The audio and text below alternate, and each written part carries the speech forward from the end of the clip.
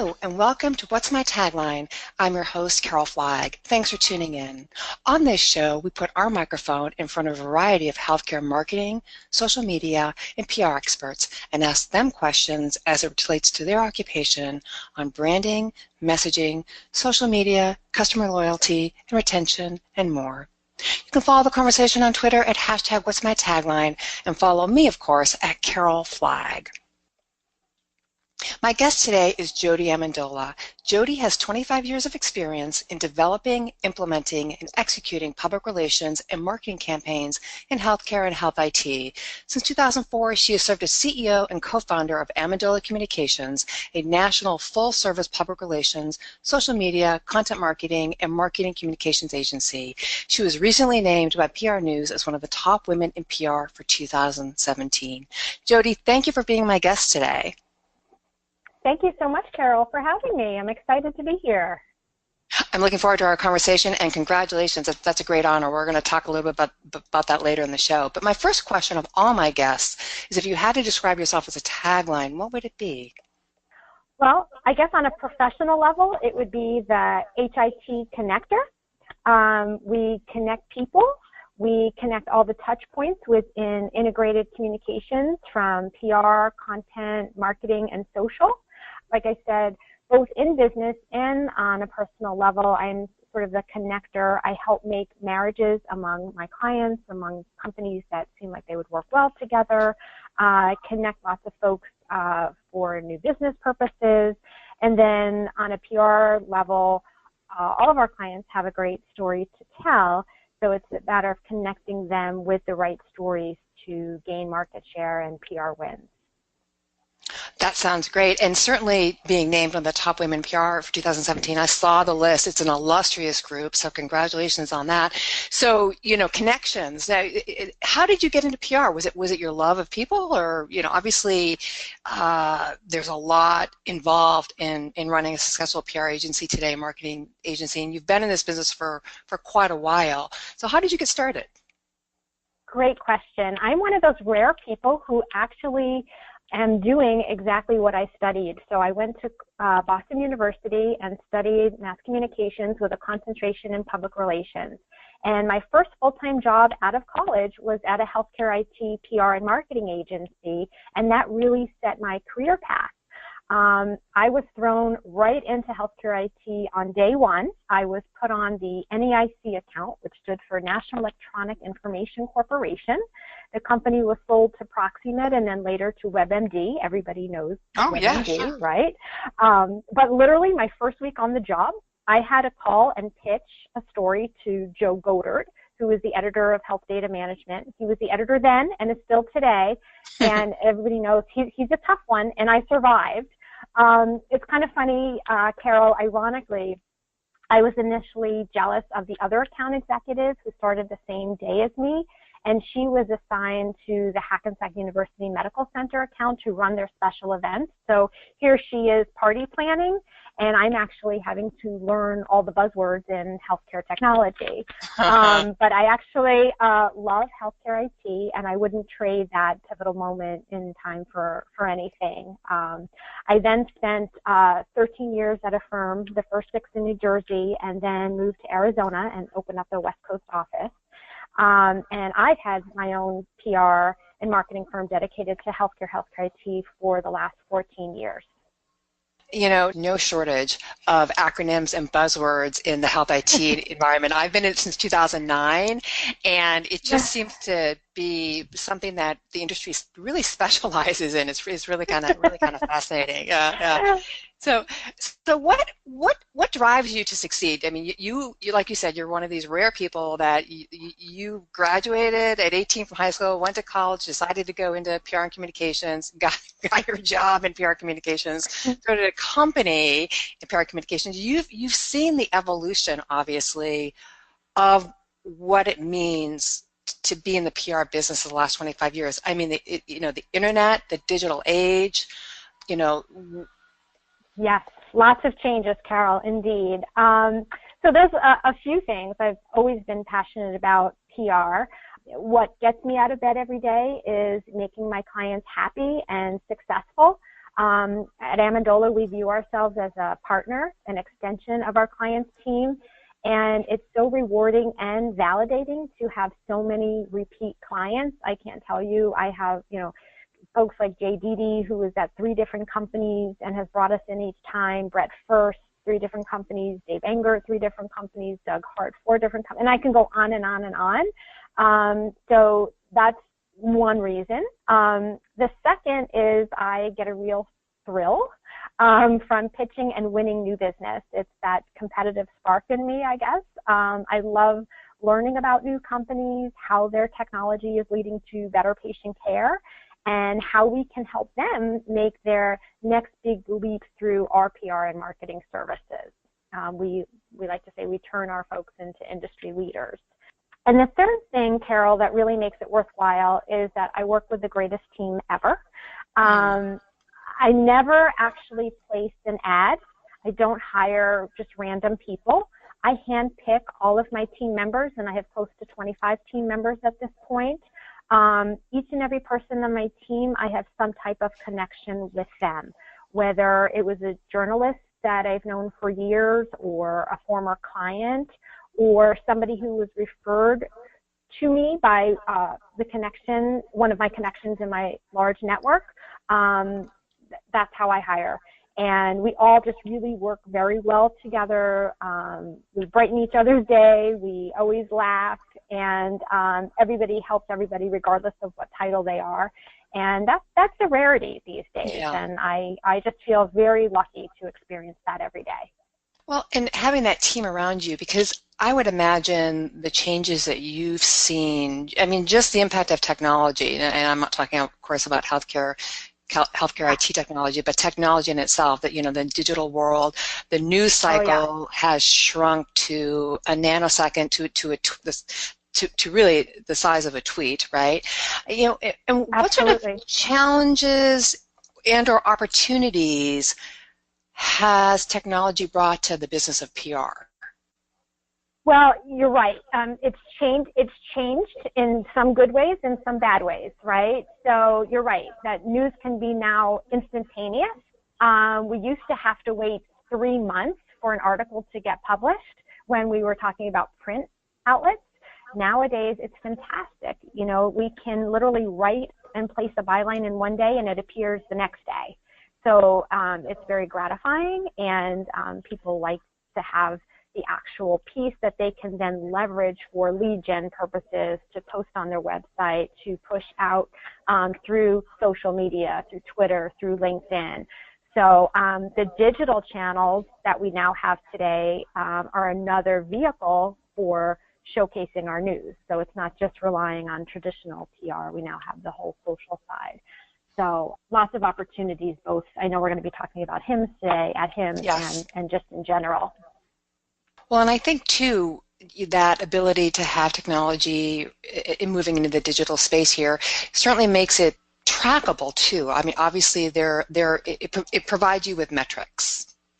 Absolutely. And that is one of the first questions. Well, it's the second question. Usually the first question is, can you get me in the Wall Street Journal? And then the second question usually is, yes, how do I track my success? If we're going to invest this amount of money, and, PR is one of those things that's not as easily quantifiable. It's a struggle.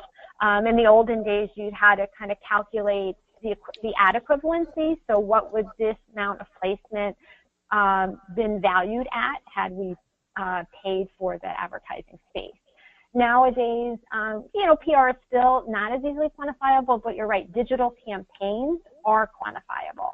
And you can also, what's really nice about digital campaigns is you can switch it up very quickly and see what's working and what's not, and keep switching it up until you get something that you like.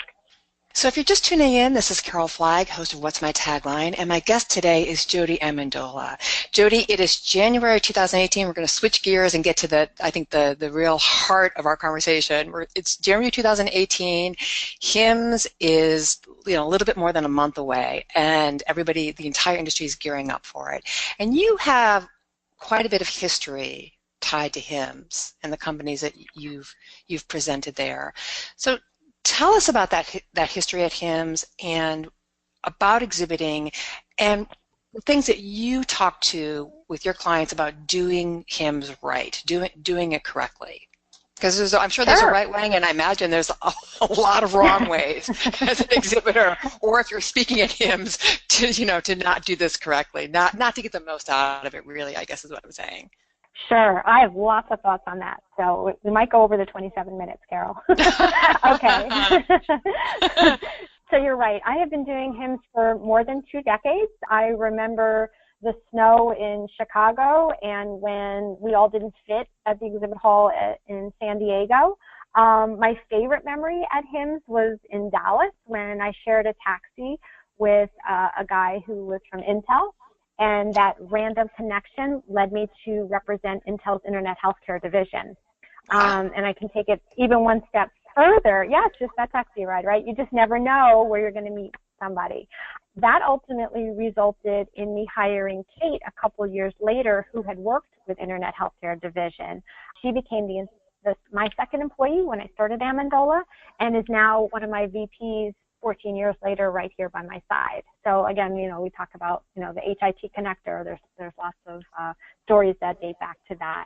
So for years, my primary purpose at HIMSS was to arrange media and analyst interviews for our healthcare IT clients because it's a great way for them to tell their unique story, to build relationships with the media and service story sources, and then also to that in-person meeting to solidify opportunities for the rest of the year. So it's really a win-win-win. The other thing that we do at HIMSS is apply for speaking opportunities, and those must be done like 9 to 12 months in advance. As soon as the HIMSS applications come out, it's a very competitive process. That's something that's done very far in advance. But as we talked about, there's lots of opportunities now to leverage social media, Twitter, LinkedIn, Facebook. So if you're exhibiting at the show, you can leverage these digital platforms during the trade show, before the trade show to drive traffic. But the critical thing, what I think you had asked is, what do you do right? You can't just expect people to show up because you have a cool booth. You really have to plan months in advance, usually 3 to 6 months in advance. At a minimum, some folks need to plan a year in advance if you're talking about, design of the booth and things like that. But typically with developing campaigns, you really want to plan out to start at least 3 to 6 months in advance. So I have some examples that I can share with you of what companies are doing right and even how smaller companies can make a splash. So happy to take the conversation any way you like. Yeah, I think that's really interesting, the timeline that you're putting out there. I'm obviously not a vendor. I'm in the media, and when I go to HIMSS and I talk to vendors and I walk the exhibit floor, you can obviously see the sweat equity that goes into create. I mean, it's really obvious, right? When you're walking around the exhibit floor, the time and the effort and the money and the commitment it takes to be a successful exhibitor at HIMSS. But you're the first person actually that I've talked to that talks about that lead-in time, though, that it's, yes, obviously the exhibiting is very important. If you get a speaking engagement at HIMSS as a vendor, that's huge kudos, right? But it's not just about the conference. It is that 3 to 6 month lead-in. And so those 3 to 6 month lead-in, what kind of activities are you talking about? Like, some examples of that would be great that you've worked with your clients on. Yep, absolutely. So first example I'll throw out there is Medicomp.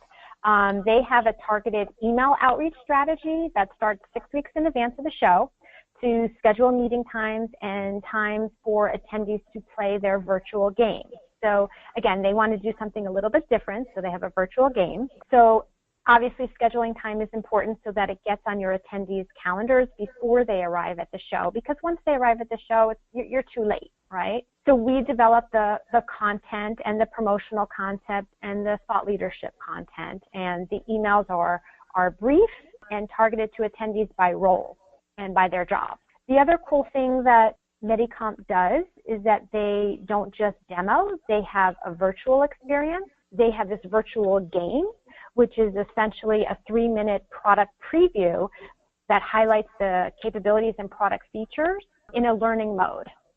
So kind of just, unique. What you have to start doing, not just Medicomp, but any clients, thinking about collateral materials in advance of the show, things that you may want to hand out. A lot of that stuff gets put into the trash. So I recommend, short pieces, because people don't want to be schlepping stuff back in their suitcases, right? And then I also suggest now thinking about follow-up activities. It's not too early to start thinking about the things that you want to do post-show. So HIMSS is just one day, and we spend all this time and money and effort on the one day, but you really need to plan out for the rest of the year how you're going to follow up with all these prospects that you've made. Right, because you're not going to be able to meet with all of them. I mean, the people come by the booth. They're interested in what you're exhibiting. Maybe they're interested in picking up that piece of swag that you mentioned. And we've all been there. They scan your badge. You're now in that vendor's database for life until you decide to opt out of that vendor's database.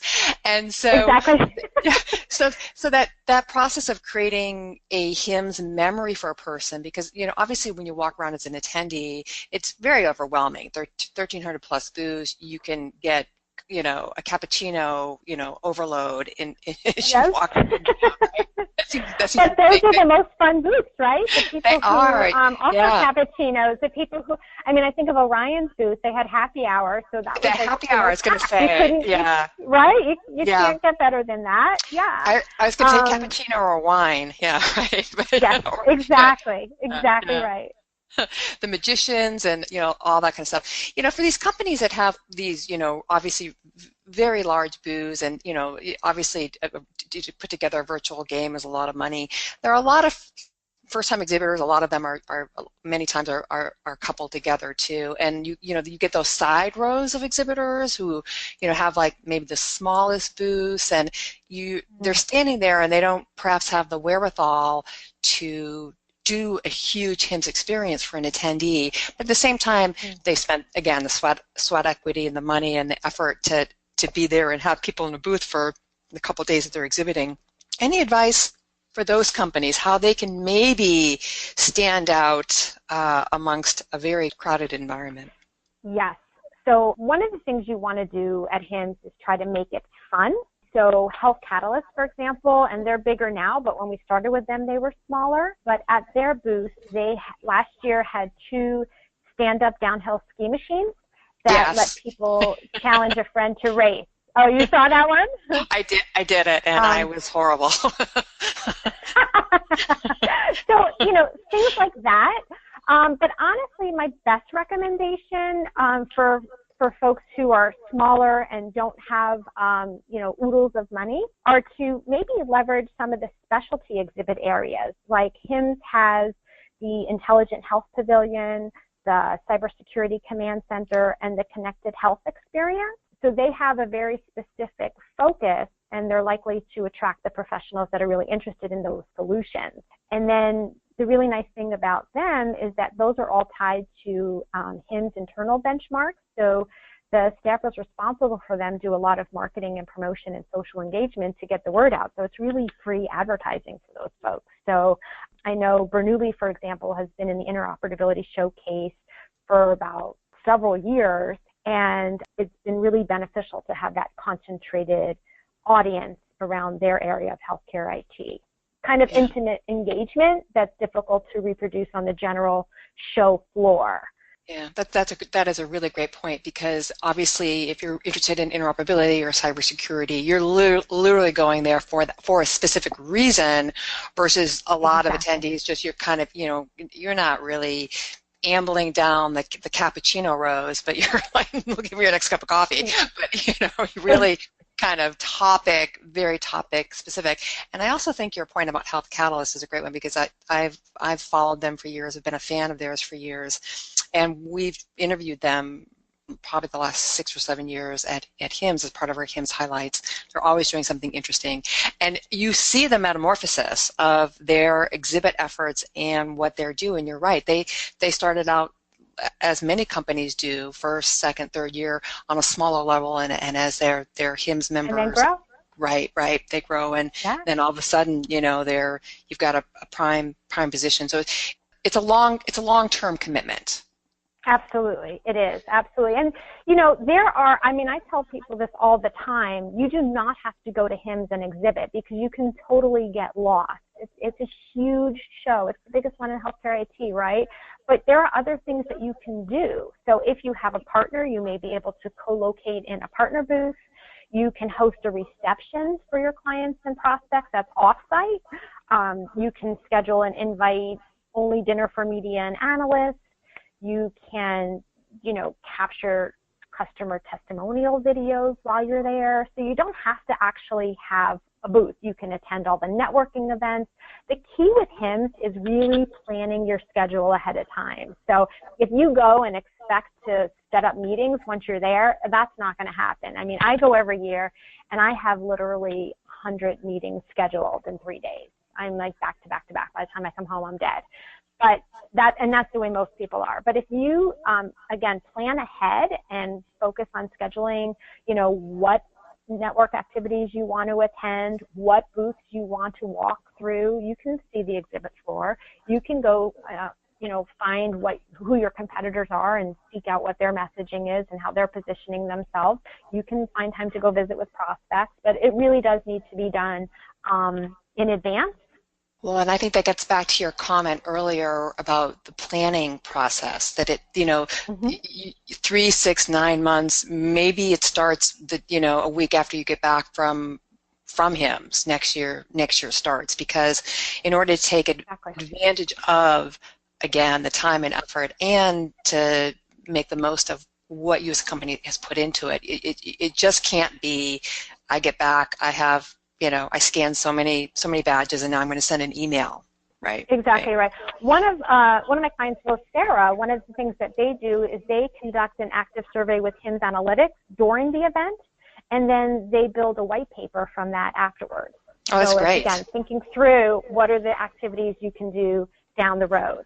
And you talked about, maybe reaching out and doing some sort of event with media, and of course, aligning yourself as a company with other companies where attendees are going for the same topic, interoperability, cybersecurity, and whatnot. And I think the other thing too is, and perhaps maybe a lot of exhibitors don't leverage, is the core social media ambassadors that are there. HIMSS gives free registrations to a core group of influencers. They're social media ambassadors because they're big in social media and health IT. They have very robust Twitter followers. They're always spreading the word, and they're true influencers of social media ambassadors. And so that might be that group that is a part that could be tapped into, especially if you're a vendor and your social media person perhaps is that person, right? Perhaps could be apply for a HIMSS social media ambassador kind of relationship. Yeah. Like tap into those folks, because they're there to spread the word. Absolutely. One of the best things that you can do is when you attend the sessions is to then tweet live from the sessions to build that momentum and visibility. Right. So believe it or not, we have probably another 3 or 4 minutes together. So I'd like to sort of veer off HIMSS a little bit and talk about the rest of 2018.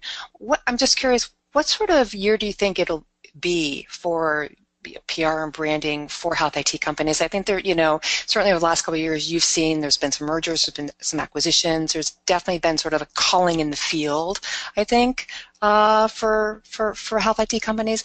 What are your thoughts about 2018 and what this year will look like for the PR business? That's a great question. I do think there will be further consolidation. All of the clients that we work with have some type of exit strategy, right? Whether it's to go public or strategic acquisition. All of the HIE vendors, all of the EMR vendors, all of the AI vendors, all the pop health vendors, they can't all survive.